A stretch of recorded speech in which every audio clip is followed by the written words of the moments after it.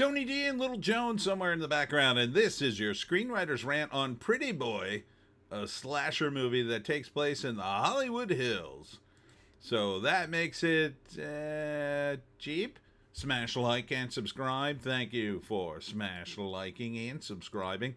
Check out my books. The links are in the description. Comedy horror in South Jersey. It's the Pineys. Books 1 through 17. Available at Amazon.com. Don't forget, Kindle Unlimited is free. That's Pretty Boy.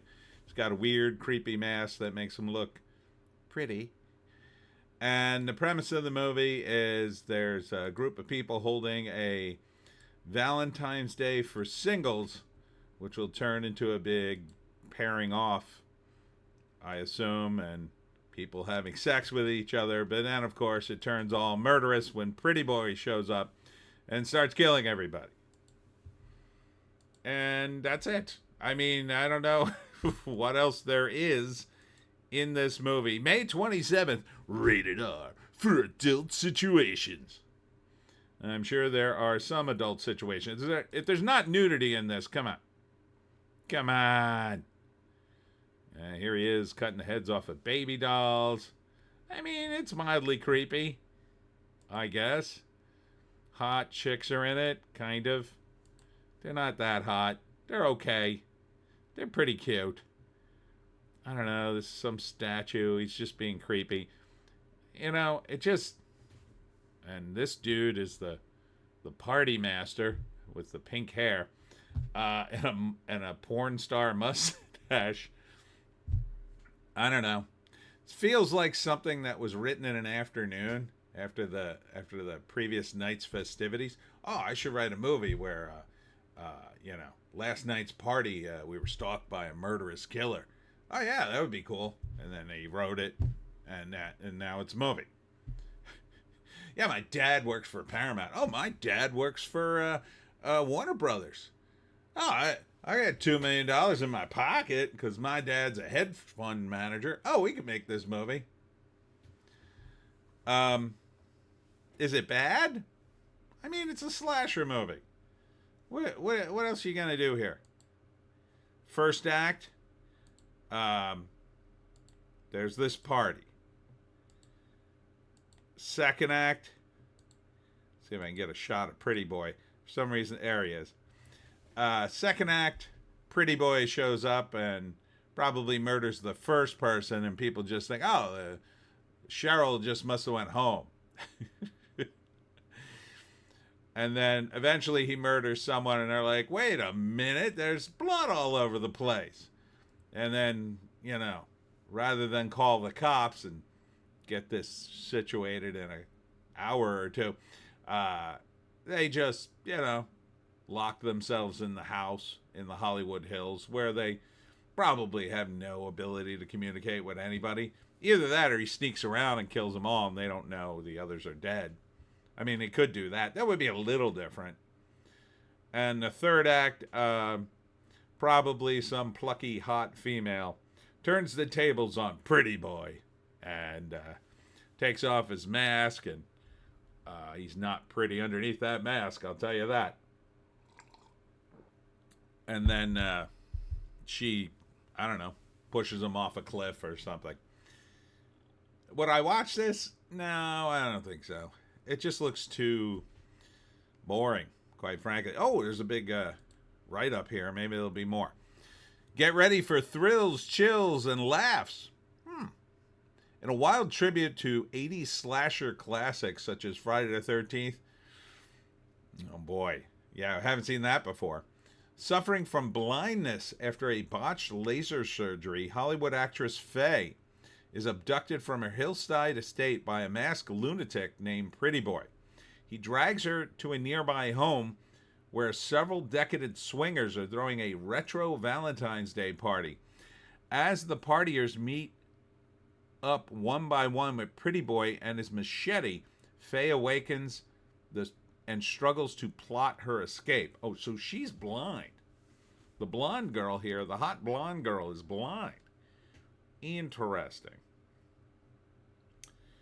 But not really. I mean, it's still kind of a slasher movie. So, If she's blind, she can't see him anyway, or maybe she's only sort of temporarily blind. Maybe at the end of maybe that's the big reveal at the end. Her sight comes back right at the end, right at a key moment. Yeah, it just I don't know. You're talking tribute to 80s horror. Yeah, it's been done to death, man. I mean, the tributes, not just 80s horror. 80s horror was done to death back when it was happening. I remember that. And I would be like, oh my God, another Friday the 13th movie. Or a knockoff of Friday the 13th. And this is, I mean, there's no reason to do a tribute to 80s slasher movies. They sucked. 99% of them sucked. Can you even think of one good one? Not really. No, and I would include the original Friday the 13th. I would include, the Freddy movies, the Elm Street movies. They weren't very good to me. And Texas Chainsaw Massacre. No, they're not good. They're just, a dude killing a bunch of people. It's not really entertainment. It's not really scary. It's just ridiculous and gory. Jump cuts only get you so far. To me, a scary movie is The Shining by Stanley Kubrick. That movie is unnerving in parts. Horrible things happen in it, sure, but that's not the focus of the movie. There's only a handful of murders in The Shining. Just because you up the body count doesn't mean anything. It's got to be scary. Now, she's blind, and he's a murderous psychopath with a machete, so there's something there. I'm not saying this movie has nothing in it, but, I mean, you can't coast on 80s nostalgia forever, Hollywood. And was that even the intent of this movie, or was that just the marketing afterwards? I don't know. So, yeah, I probably wouldn't say it. This, again, back in the 80s, the idea when movies were normal, 18 to 35 was the audience of males because they chose the date. And you would take your date, if you were a teenager, to a scary movie. If you're really adventurous, you're like 16, you somehow get to the movie theater and you slip into an R-rated movie with your date, right? You're not supposed to be there, a little forbidden. It's scary and bloody. She buries her eyes into your shoulder and you're getting some contact. That's the whole purpose of these movies. Does that happen anymore? I mean, I guess it probably happens on streaming. Yeah, but back in the 80s, it wasn't like you were necessarily plowing your way to victory with your girlfriend like as a teenager. There was a little more taboo. It was a little harder back then, so to speak, depending on who your parents were. I'm not saying people didn't get laid, but it wasn't like it is today where, it's not even a second thought for some of these kids. So, do they even need this? Not really. So, it never was that entertaining in my view. The function for these movies is gone. The movie theater experience really isn't what it used to be. So what's the purpose anymore? Oh, nostalgia. Yeah, I don't think people my age are going to get together with their girlfriends and wives and say, "Hey, honey, want to see a slasher movie like the old days?" Nah, I can't think of too many people. I mean, I have a friend who was super into horror movies back then. I don't even think he'd watch this. He has kids.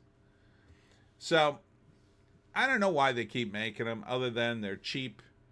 They can be distributed overseas. But I think you gotta, there's a couple of movies recently rethought the whole slasher movie thing. Maybe deconstructed them a little. They were a little different and scary. This kind of looks the same. I don't think you want to go down nostalgia for this movie. You want to come up with a different take altogether. That's just my opinion. Anyhow, that's it for me. Tony D and Little Joan somewhere.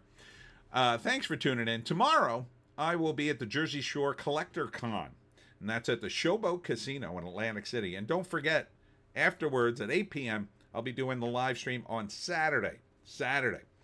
So tune in. Also, don't forget, and I failed to mention for a while, I don't know why, I'm on Bitchute, Rumble, and Odysee, the other sites there. Thanks for tuning in. We'll see you in the next one.